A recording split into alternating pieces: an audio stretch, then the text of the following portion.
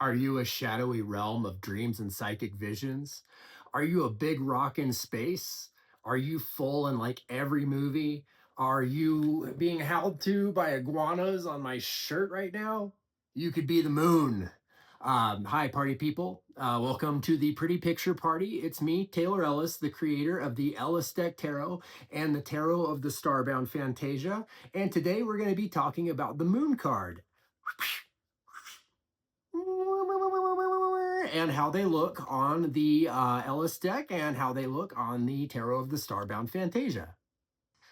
We've been doing court cards a lot lately that have fun elemental correspondences like Water of Earth, Earth of Fire, things like that. The moon's elemental correspondence is water, just water. But you know that's kind of a big statement because, as you know, water doesn't have an exact shape, and I think that that's something that is speaks to the moon in a lot of ways because the moon card is kind of a decisive card. um, Different people that I know that read the tarot have different hot sports opinions about what the moon means when it comes up in a reading. And I guess for me, a lot of times that makes sense with most of the tarot anyway, because I think of it like something that is trying to speak to you in memes, and it knows you, it knows how you understand certain images, and it might for some people, if it needs to mention like danger or disillusionment, it might use the moon because you view the moon as dangerous, or your experience with the moon card particularly is dangerous. For me, I've always liked the idea of, I don't know, to me the moon evokes an image of like moonlight shining down on a river in sort of a realm that's not quite solid, where you can kind of see different creatures coming in and out of the water. Maybe yourself, you're floating down this stream. To me it's this big symbol of subconsciousness. But yeah, the water takes the shape of the container it's in, and I think that the moon kind of does the same thing. With the I Ching, there are a few different schools of thought about how to treat the moon card. Normally, I like to use Benebell Wen's book, and what I think she does in her book is very cool, talking about the moon card. Kind of corresponding not necessarily to a specific hexagram, but kind of acting like a modifier for hexagrams. But I invite you to study that yourself because it went a little bit beyond my little pea brain. My meat computer is real good with making pictures, and it's not always good with following complex concepts.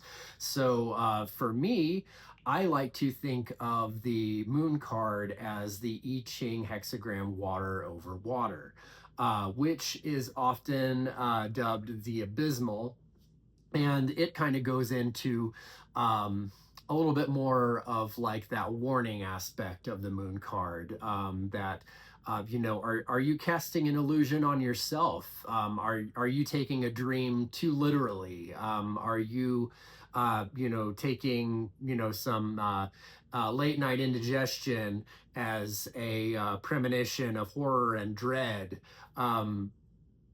Also, are you the idea of letting your imagination run away with you, the stare into the abyss too long and the abyss stares back into you? How far do you go down a rabbit hole with things? And kind of the having this card pop up and being like, oh, maybe I got to catch myself here, maybe I'm filling in too many of the blanks with what I want and not what I really logically think this situation might be about. There are so many mythological correspondences to the moon, and I mean it's been in the sky as long as we've been around, and it's, why wouldn't it be in everything? But a couple of them to note that I think are really neat to go along with the moon card are one from Damien Eccles, Angels and Archangels, is the angel Amnitziel. Forgive me if I butcher that, I don't speak Enochian. But Amnitziel, he banished dishonesty. And The moon card, like we've said, can be a little bit about illusion. So having that angel in your court with that card is pretty handy. The other one that goes all the way back from ancient Egypt to Disney Plus is Khonshu or Khonsu, the patron god, the Egyptian god of the moon from Moon Knight. And that's another one. He grants protection from wild animals, but also protection in journeys. Journeys are something where we traverse the unknown. The moon card, again, is this icon of the unknown. As per usual, we'll start with the Ellis deck. Down there in the middle, we see the domestic dog and the wild wolf, and they're both howling at the moon. And so the moon kind of brings that out in us. There's always, stories around the full moon. That's, emergency workers talk about there being, more people in the hospitals, more freak accidents. It's just in our, cultural lore makes us a little crazy. So, we go from being our domesticated selves to, getting a little bit wild. And it doesn't necessarily even have to be in phases of the moon. It can be our own personal phases of being. We have our wild times that we go through. Um, the moon being a nocturnal card, night changes the way we feel about things. We go through our day, and we get home, and it's night. We're inside. We're alone with what we've done, and me especially. I get home. I'm like, was I weird? Was it? Did I? How did that? What did they mean when they said that? And if you don't have a sounding board, it's that that water echo chamber we were talking about. And you start filling in those blanks. What we see is the moon is up here in the sky, but when it's reflected in the water, it's this feminine face. It's inspiring. We start to create mythology. What we see at night isn't necessarily what we see when things are obscured by darkness. One side of the card has this forest. It's got these trees, like a beautiful white birch, and then on the other side you have like this arm, these tendrils from the plants reaching up. um where the kids have like Slender Man now that lives in the forest in the dark, and it's like, again, we all have like our personal mythology of things that we come up with, and we have to catch ourselves with that. Now, mythology is awesome. Mythology inspires so much of our entertainment. I think that before we had psychology books, we had Greek mythology, and basically, having a big glowing light in the sky, how can that not inspire us to come up with stories about what it is, what it does to us?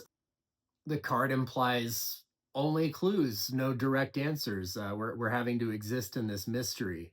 And then, as far as like the aspect of dreams, something that was kind of funny when I was drawing this card, I had kind of gotten most of the image out, and it felt like it needed something. And I was asleep one night having a dream, and in this dream it was about this painter. I don't remember. He was painting the moon card, and he was painting my moon card. And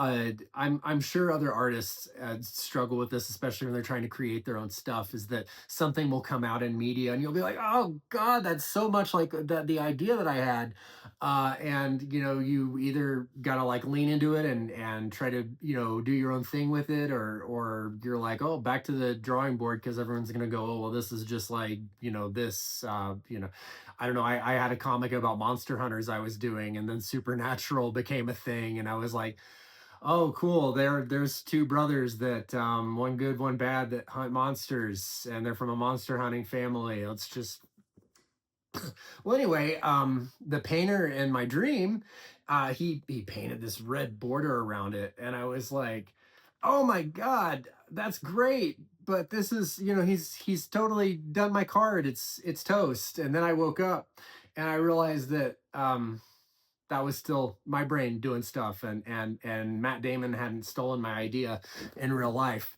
And so I got to go ahead and use that on the card, and that's actually where the red in the card came from. Even though I feel like red is an important element in the moon, and we'll talk about that a little bit more with the Starbound Phantasia one.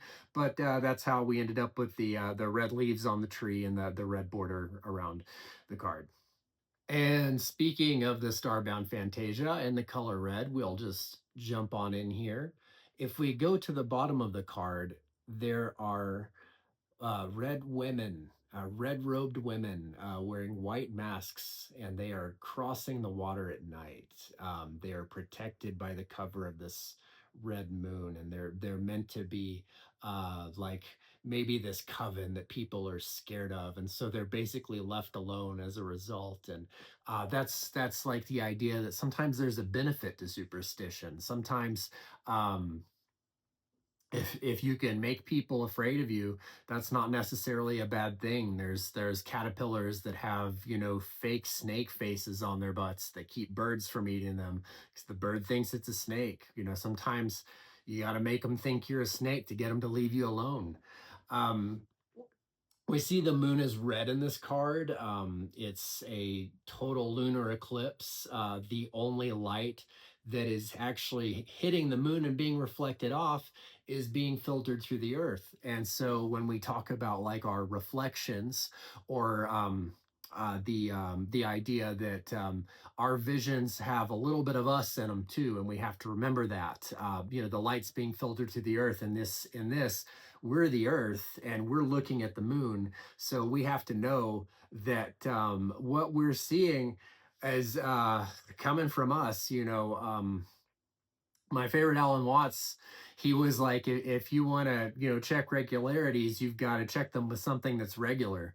um, how often are we regular? Digestive jokes aside, we gotta kind of know ourselves, and in that reflection know our own neuroses. And what we also see in this card are the Sphinxes. They have a place originally in this deck, and the High Priestess card is their first appearance. They appear again in the Chariot, in Temperance, and they kind of are this chimerical human beast combination, like our more than human abilities, our psychic abilities. The white and black Sphinx and the High Priestess, the contrast is dialed down in the case of the moon. Extremes become more accessible. If we look in kind of flying around the Sphinxes, we see on one side we see these red bats, again like superstition or like this reputation of fear, even though anybody that knows a lot about bats knows that carriers of rabies aside, they're pretty neat little guys. And then on the other side, we have these fireflies, which represent animals that we love. Fireflies, at least when there were still bugs on the planet, they were kind of a big part of nature, a big part of summertime. As a kid, I remember we'd all go out and try to catch them, or just they were a piece of real magic here on Earth. The moon captures our imagination. It inspires fantasies, it creates superstitions, it influences the behavior of the tides on our planet. If you see the moon in a reading, pay attention to the omens around you. Take note of what phase things are in. If you're going through a phase, know that you might have to figure things out on your own. You might not get anything more than clues. And most importantly, don't freak yourself out. If you made it this far in the video, thank you. You have an attention span. I really appreciate it. Um, if you want to support me, feel free to subscribe to the channel, hit like. That don't cost a thing. If you want to do something that supports me that costs a thing, head over to Spreadshirt. I'll put that link down below. You can get a print of any of the cards that I talk about there in an 8x12 size. There's also other possibilities on that site. If you want to see any of my stuff on any of the products they have there, hit me up. I'll make it happen. Other than that, you can buy the Ellis deck or the tarot of the Starbound Phantasia over at illustrations.bigcartel.com. And lastly, you can just go to my art personal website, illustrations.net. Until next time, happy reading.